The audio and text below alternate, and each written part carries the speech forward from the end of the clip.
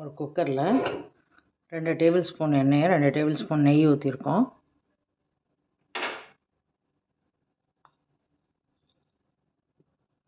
இப்போ அதில் மசாலா சாமான்லாம் சேர்த்துடலாம். பட்டை லவங்கெல்லாம் எடுத்து வச்சுருந்தோம்ல அதை போட்டுடலாம். அது ஒரு பொரி வர வரைக்கும் வெயிட் பண்ணிவிட்டு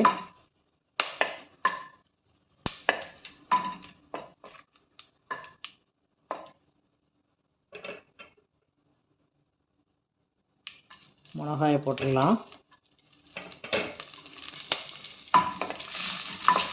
மிளகாயும் ஒரு வதக்க வச்சுட்டு அதை கட் பண்ணி வச்சுருந்த வெங்காயத்தையும் அதில் போட்டுடலாம். வெங்காயத்தை நல்லா வதக்கிக்கோங்க.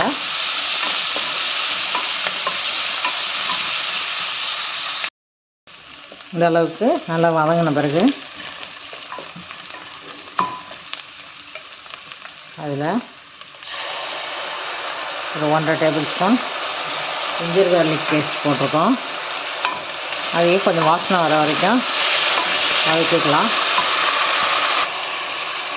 2 தக்காளி கட் பண்ணி வச்சுருக்கோம். அதை இதில் போட்டுடலாம். இந்த டயத்தில்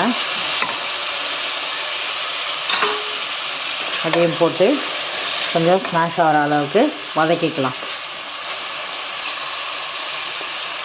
இந்த டயத்தில் நான் உப்பு கொஞ்சம் போட்டுறேன். ஈஸியாக வதங்கி வரதுக்காக கொஞ்சம் உப்பு போட்டுக்கிறோம். நீங்கள் மொத்தமாக வேணாலும் இப்படியே போட்டுடலாம், இல்லை அப்புறம் வேணாலும் போட்டுடலாம். கொஞ்சம் போட்டுக்கிட்டு இதை வதங்கின பிறகு வேணாலும் உப்பு போட்டுக்கலாம். புதினா கொத்தமல்லியை இப்போ போட்டுக்கலாம். போட்டு அது கொஞ்சம் சுருங்கி வர அளவுக்கு அதையும் வதக்கிடுவோம். நல்ல வாசனை வரும். இப்போ தான் அதனால் இந்த டயத்தில் போட்டு கொஞ்சம் நேரம் சும்மா ஒரு அரை செகண்ட்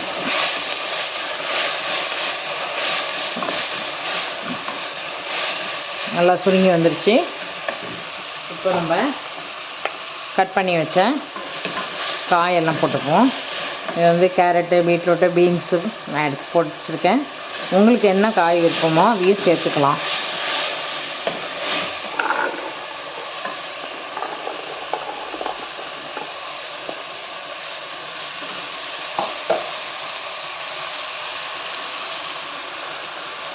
பட்டாணி,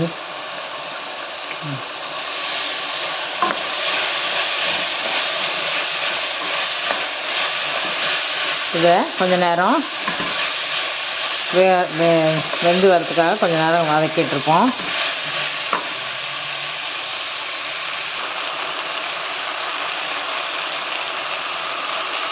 நேரம் வதக்கிட்டோம். இப்போ நம்ம மசாலா போட்டுக்கலாம். அதுக்கு மஞ்சள்தூள் 1 டேபிள் ஸ்பூன், சில்லி பவுடர் ஒரு 2 டேபிள் ஸ்பூன் போட்டுக்கோம். கரம் மசாலா தூள் 2 டேபிள் ஸ்பூன் போட்டு இதையும் கொஞ்சம் நேரம் வதக்கலாம். ரொம்ப நேரம் வதக்க வேண்டாம். அந்த பச்சை வாசனை போதும், லைட்டாக வதக்கிட்டா போதும். அதுக்கப்புறம் அது டேஸ்ட் மாறிடும். அதனால் அந்தளவுக்கு நம்ம லைட்டாக வதக்கிக்கலாம்.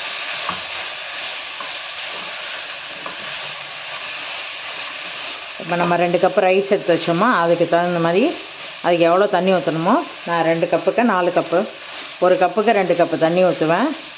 ஸோ அதனால் அதுக்கு தகுந்த மாதிரி நம்ம பிளான் பண்ணி ஊற்றிக்கலாம்.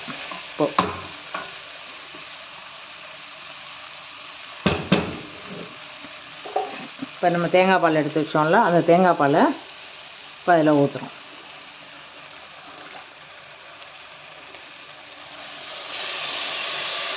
ஊற்றி அது ஒரு கொதி வரும்போது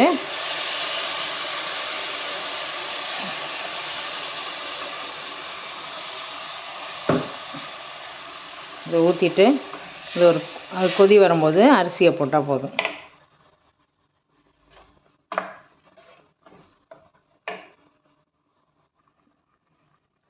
இப்போ நம்ம இந்த கொதி வருது. இப்போ நம்ம இந்த ஸ்டேஜில் அரிசியை போட்டுருவோம். நம்ம தம் வைக்க போகிறோம். ஸோ நல்லா தண்ணி வடிகிற வரைக்கும் கொஞ்சம் நேரம் வெயிட் பண்ணலாம். அரிசியை போட்டு பாதி வெந்தோடனே அதுக்கப்புறமா தம் வைக்கலாம்.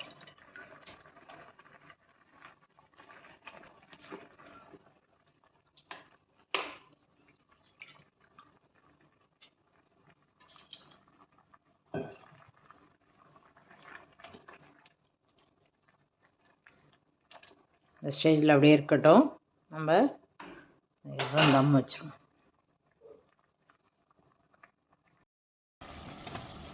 இந்த அளவுக்கு அரிசி வெந்துருச்சு. இப்போ நம்ம அடுப்பை ஆஃப் பண்ணிட்டு தம் வச்சிடும்.